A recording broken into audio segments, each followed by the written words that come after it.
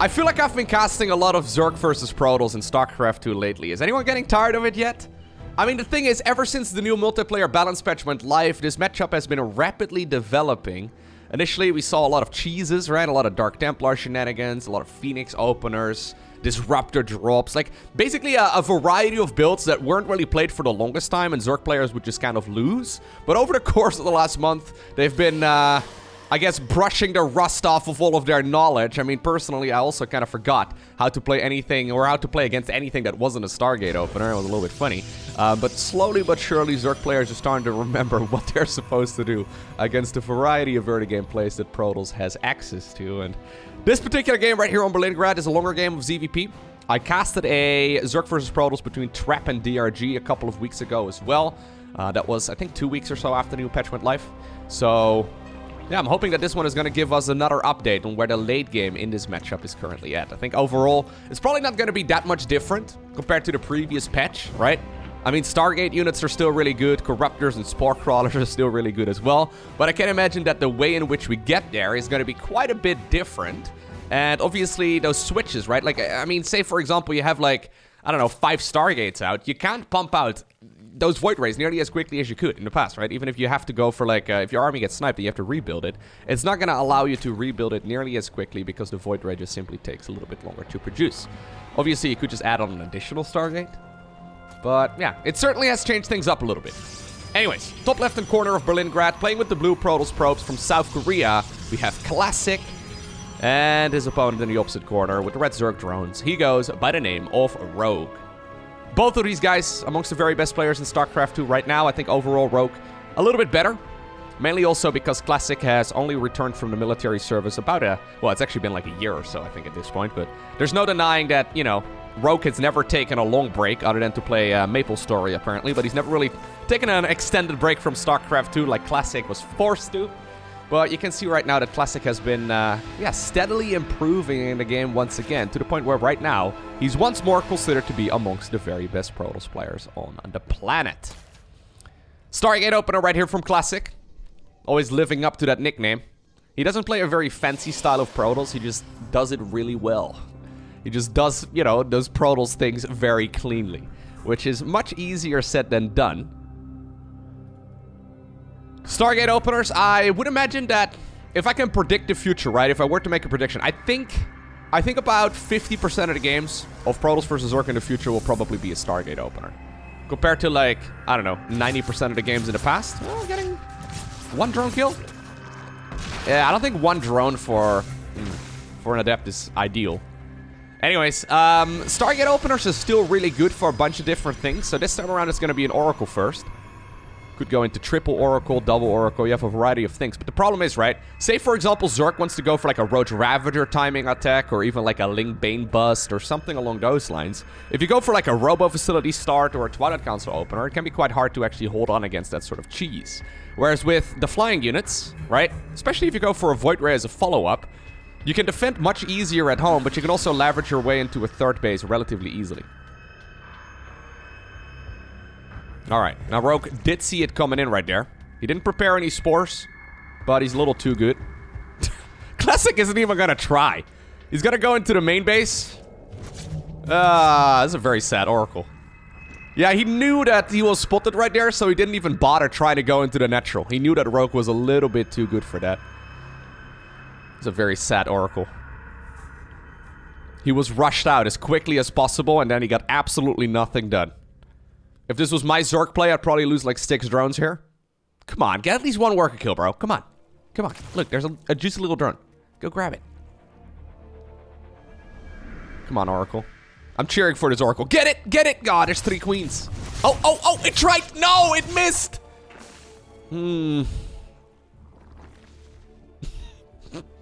This is what the Oracle looks like right now. If it could frown, it would be doing it.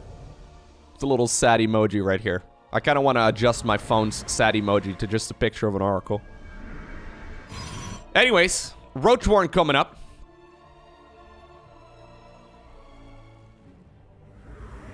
Nothing all too surprising. Rogue just going for the classic way of playing Zerg. About a 5-minute lair is relatively late, all things considered, but he's just been happily holding down that drone button, up to 24 right here in the NAT. Might be a little bit much. Yeah, decides to add on a couple of gases over here, and then he'll saturate it in a minute. And everything will be a-okay here for the Zerg. Protoss, in the meantime, taking a third. This kind of reminds me of the previous patch now, right? In a way, it's kind of refreshing. Because over the last month, we've been seeing a lot of very aggressive cheeses. Maybe Classic is going to do a follow-up that's going to be slightly more aggressive. So he's got himself the charge upgrade coming up. We've got the Templar Archives here as well. So Archon Zealot. Yeah, it's going to be able to come out in very large numbers. Oracle still with 0 kills. Lair's going to finish up soon enough, though. Rogue is going to completely saturate his 3 bases here. And he should be able to transition towards a 4th and start building some army. Yep. Now, what do we do when we get at Lair Tech? Because I would like to see more Spire play. I think Spire is almost like a no-brainer. He decides to go Roach Speed together with a Baneling Nest. Okay. The thing is, against anything that's like not double Stargate opener, it seems that Mutas are really good. And even if it is a double Stargate opener, going for a Spire is still a good choice just so you can add on a couple of Corruptors. Anyways, 4th base gets cancelled right here. Rogue desperately making as many units as he can right now. Does he have enough? I think he should have enough. Yeah, the Queens are going to be available too. I actually really like this Baneling Nest positioning here. Making it kind of tricky for those thick Protoss units and the Zealots to charge at it. And honestly, if you're not going to warp in additional reinforcements here, you're not going to be able to get much done. A little bit of a trade, but the Archons live. Ooh, careful. Don't lose the Prism. The Archons live. Couple of Roaches, couple of Zerglings have gone down. In the end, I don't think this really matters all too much. Now, what's the follow-up going to be here from Rogue, though? So, okay. Ravager Ling Bane is a unit comp we used to see quite a bit. This is something that, for example, Cyril played all of the time. Dude, that is the saddest Oracle ever. I don't think I've got anything. I heard another Stasis Ward right there not triggering, and I just saw it die. It did use a Revelation, I suppose. Very clean defense right here by Rogue. So, once upon a time, Ravager Ling Bane was one of the go-to unit compositions for Zerg. We would even see Zergs going double Evo and then melee and missile upgrades at the same time. Okay, instead we're going to go into a Hive together with a Spire. So probably a Brute Lord transition then from Rogue. Although usually you start up the Spire together with the Hive. So you'd wait until the Infestation Pit is done. Anyhow, Blizzard ended up nerfing the Baneling, of course. Like 2 years ago, 3 years ago. I don't know, a long time ago. StarCraft time goes slower than regular time, right? Many games weren't even out then. Or you know, if you go back to when the Baneling patch or the Baneling patch released, the one that like nerfed the Baneling against shields. Yeah, there's 17 games have come and gone. 17 esports have come and gone since then. StarCraft 2 still looking strong.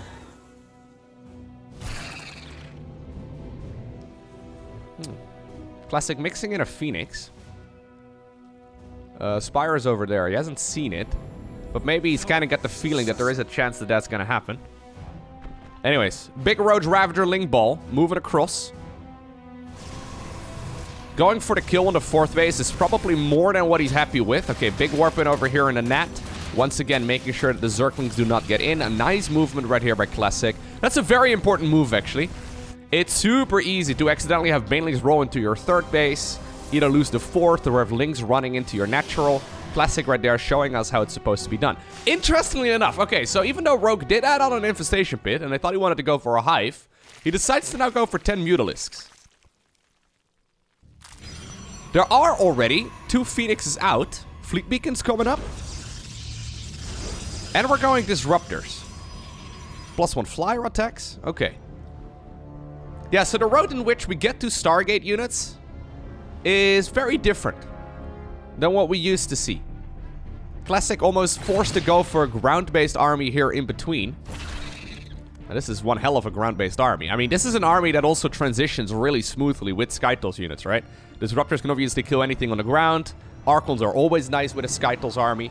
I mean, when you think about it, both Archons and Disruptors float above the ground, right? So, for all intents and purposes, they are flying units, and therefore they are Skytles. Anyways, Mutas have arrived. The Phoenixes showed themselves, though, and those Phoenixes are like 700 IQ. I love the fact here, okay, I don't like the fact that there's a Disruptor in the mix, but I love the fact that we already saw some Phoenix production here by Classic. Classic sniffing out that Rogue is likely going to be making this choice, and he only loses 4 probes right here, well, and a Disruptor, I guess, to 10 Mutalisks. Alright. So now the Hive is coming up. Macro Hatch added into the mix. Second Evolution Chamber is available too. I would like to see some double upgrading right here from Zerg. Protoss, though, yeah, is eventually gonna arrive at the carrier. But we have a lot of ground units here as well. So if you've got 20 Zealots, I mean, that's a lot of supply caught up into things that can't fly. I also don't know, right? Like, it's easy to look at a Protoss army composition and think, that's a Skytles army because there's 3 carriers, right? But if, like, you know, 90% of that supply count is in units that aren't Skytles, believe it or not, it's not a Skytles army. I know, it's crazy. So you don't really want to get too carried away right here as a Zerg, making like a million Spore Crawlers and a million Corruptors either. It's a little bit funky if you get, like, I don't want to talk about it, okay? It's happened many times to me before. If I were to see carrier production, I instantly start up 100 Spores, which isn't free. Yeah, believe it or not, it's not free. So you need a mix of units. To be fair, though, as a Zerg, you kind of only need like a dozen at most Brute Lords in order to counter pretty much all of the Protoss ground. Obviously, you need to have them in the right place at the right time as well, but... Okay, a couple of Roaches here being sacrificed. I mean, he's trading them out, but I don't think they're gonna live. Especially if the Phoenixes swoop in like this.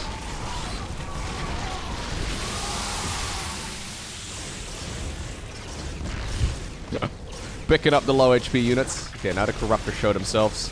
These Phoenixes aren't going to be around for much longer either, though. They're nice to have for now, but I think they'll probably be... Well, looks like there was maybe a bit of a roll buy over here, too. But they'll probably be traded out here soon enough. Yeah, he'll want to dive deep because he's currently maxed out. I mean, he's adding on more Stargates. He's soon going to be maxed out, so you don't really want to have, once again, supply caught up in units that aren't going to be that great. So some aggressive movement here makes a lot of sense. Corruptors are like, no, stop. Hold the thief. Yeah, so both players so far mostly just tiptoeing around each other, right? Not really committing to anything significant. Giving each other a lot of respect. Second Spire, together with an Ultralisk Cavern. I think if we're gonna go Ultras, we really need to start up armor upgrades here. I would not mind seeing Protoss go for a, oh my god. 19, 20 workers here in total. Really? Is it that much? I guess it's just the Phoenixes and a couple of units on the right side of the map. Yeah, we're just killing whatever we can. Alright, 34 drones in total. Alright. Anyways, at this point in the game, honestly, losing that many drones is not that big a deal. You can see that Zerg is also not replacing all of the lost workers. He's happy, apparently, with the count that he's got. But what I was trying to say, I don't think it's a bad idea to go double Cybercore here as Protoss either.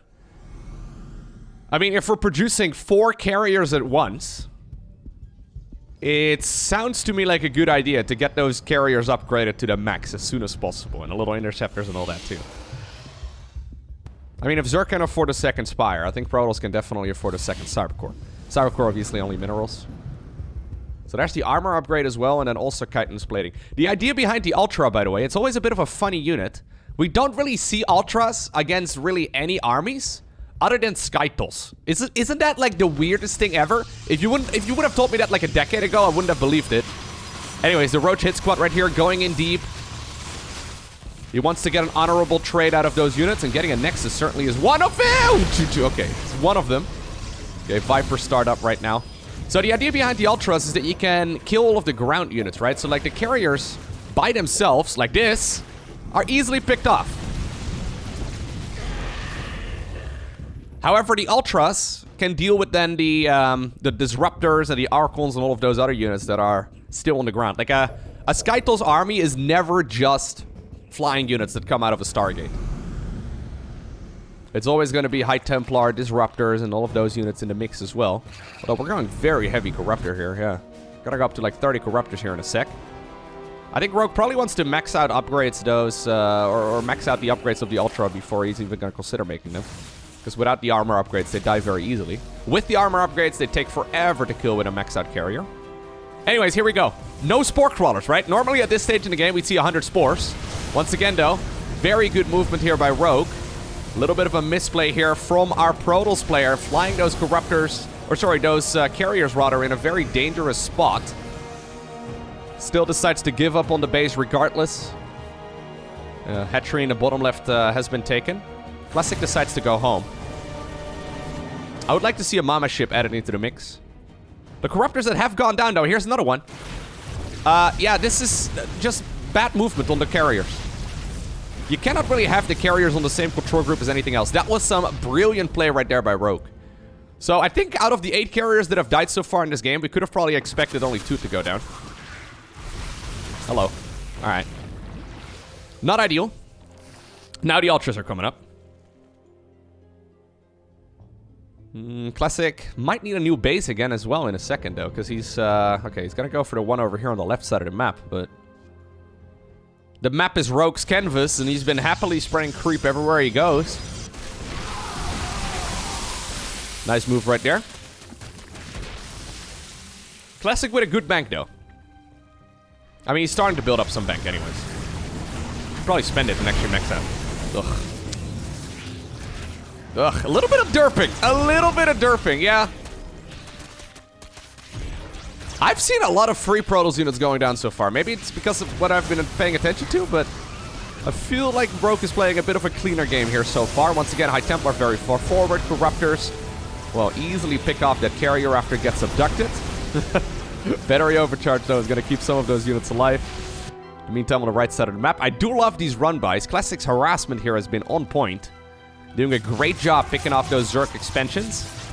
Now they're going to be able to go after a couple of the queens as well. Not bad. An Ultra, though, is out.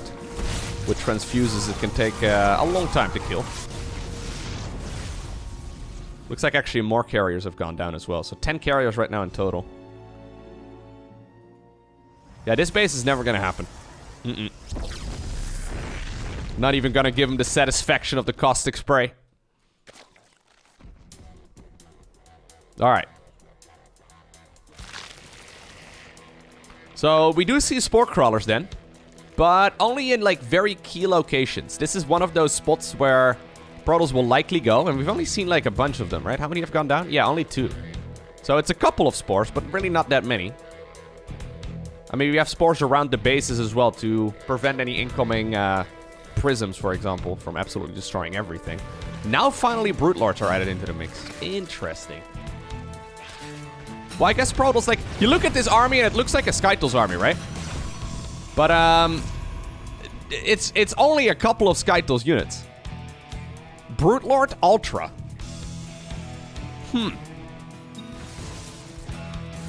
Not a very cost-efficient army.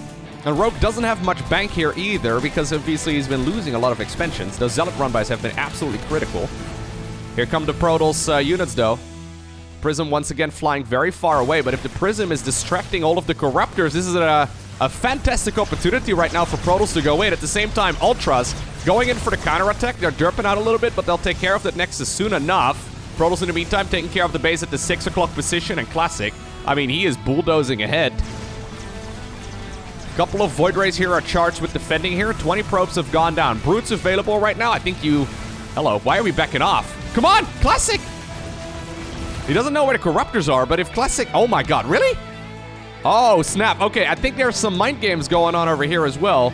I thought he knew that the Corruptors were chasing after the Prism. He probably could have killed that base, and maybe even a Greater Spire as well. I think he could have. Anyways, decides to settle for one base only. Fair enough. I mean, we have full vision of the map, right? We know exactly what's going on. Classic doesn't want to be caught with his pants down. But I feel like this army could have gotten a little bit more. Could have gotten a little bit more value. Immortals are added into the mix as well because of the Ultralisks. Careful. We should see storms. Okay.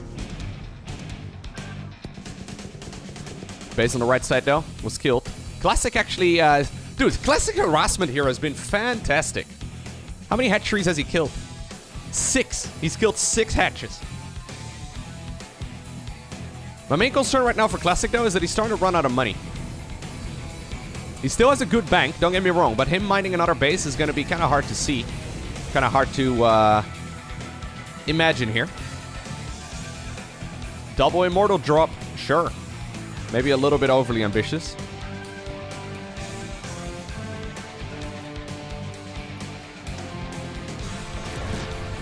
That's a very dead prism.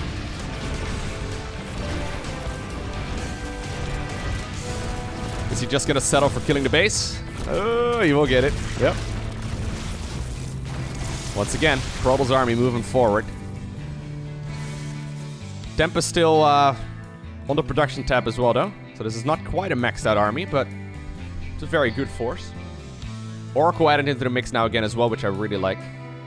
This is, by the way, such a complex army to control properly, right? So, like, you want to have the carriers in the correct position, because otherwise they get murdered. You want to have the High Templar in the correct position, but not too far forward. Yeah, otherwise they just get rolled into.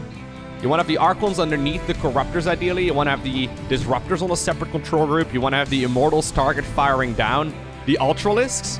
You want to have the Oracle tagging the Zerg army, and then the Tempest shooting at max range at all of those flyers.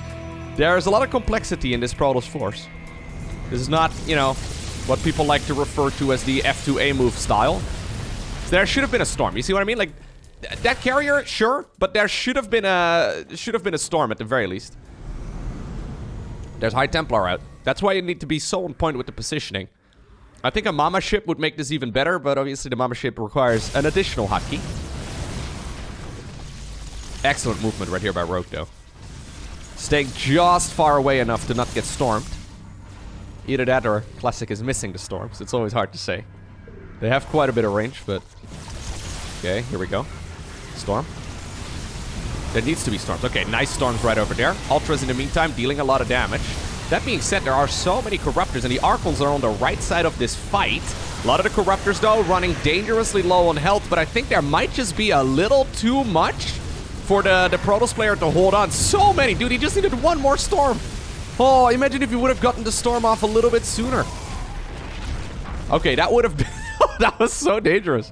That is like 15 Corruptors at red HP. They will accumulate health again over the course of like the next 3 minutes, but it will take a while. They do not have that rapid healing ability that the Mutalisks have. Okay, so what I think went wrong right there for Protoss is that the Archons were on the right side of that battle, and the Corruptors swooped in from the south. I mean, you gotta think ahead, right? Where's the Zerg player gonna come from? Classic has walked into that trap for the second time now in this one game. Yeah, if there would have been an Archon underneath just shooting like literally twice, I think would have killed all of those Corruptors. Obviously, Rogue probably wouldn't have gone that deep at that point, so it's hard to predict exactly what would have happened, but... Alright. Rogue, though, doesn't have much money, but neither does Classic. For a late game, neither player really has had much money at any point. Okay, Zealots over here. Looking for the 17th time that they can deal damage. In their defense, it worked about 16 times. So I can't blame them. Ooh, now Void Rays are added into the mix. I like the idea of Void Rays. Yeah, kill the Spire.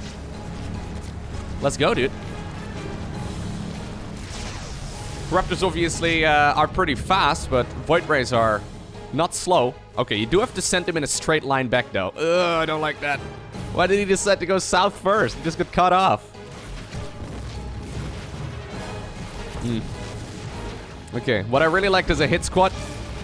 It's now gonna have a hard time escaping. He should have just made a beeline straight to the base.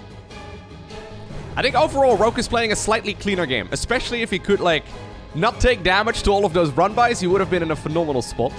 Normally, I think he'd probably add on a lot of spine crawlers, but he hasn't really had the money in this game. Yeah, so now we see some spines added into the mix, but, like, 2 spine crawlers are not gonna be much of a task for, like, 10 zealots. But I guess at this point, Classic doesn't really have the money anymore either to, like, you know, plot down 10 zealots and send them to their deaths. Alright. Resources are trickling in for both players. Trying to once more make a maxed out army. Corruptor's only about half health right now. If Classic could force another fight, might actually work out for him. But yeah, he's running out of money, so taking this base over here on the left side is going to be near impossible. Taking yeah, top right is also not going to happen. So I think his best bet is probably just to go for one big assault once more when he's maxed out.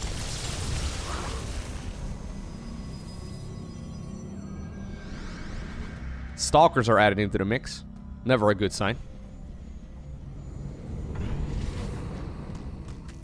Okay. No carriers anymore, by the way. Nah, there's no carrier anymore. It's Tempest right now. Tempests are obviously very good against these units, these Spore Crawlers. They have their damage upgrade. Okay, High Templar this time around zoning in the right direction, thinking about where those Zerg units would be coming in from. You just need one storm. Yeah, so this is great. What Classic is doing here is anticipating the movement of the Zerg.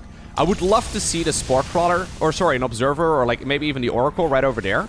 So like he could see the units coming in a little bit easier, but it could almost form a bit of bait as well, right? Oh, here's come. Okay, okay. No, we're gonna. Oh, okay. He decided to go for feedbacks there. So we did get a feedback right there on those Vipers, but I think Storm probably would have been more effective. Would have given the Protoss player a little bit more time here. I might be wrong, though. All right, here we go. Classic moving in. Apparently he's satisfied with the army that he's got. He knows that this is likely the best he's going to have. Stalkers blink forward right at the same time as the Zerglings swoop in from the back.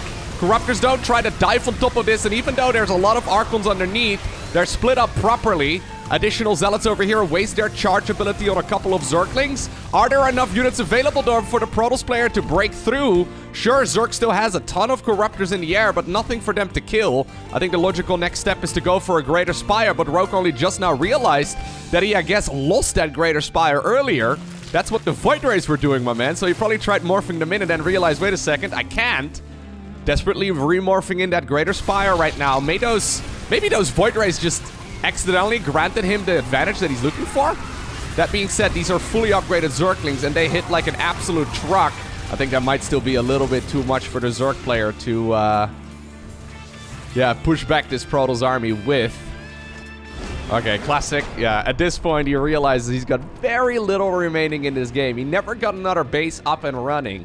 And because of that, it is Rogue who obtains the victory. Yeah, so I think Zerg versus Protoss is definitely on the right track.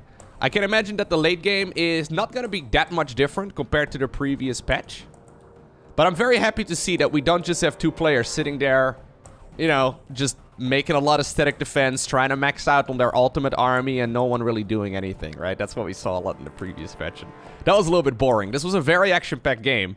I think over the last 30 minutes or so, well, I guess it's a 27-minute game. Over the last 27 minutes or so, there were maybe like 6 minutes of passivity, right? There was pretty much always something going on. Let me know what your thoughts are on Zerg versus Protoss currently, down below in the comment section. I'm interested in hearing it.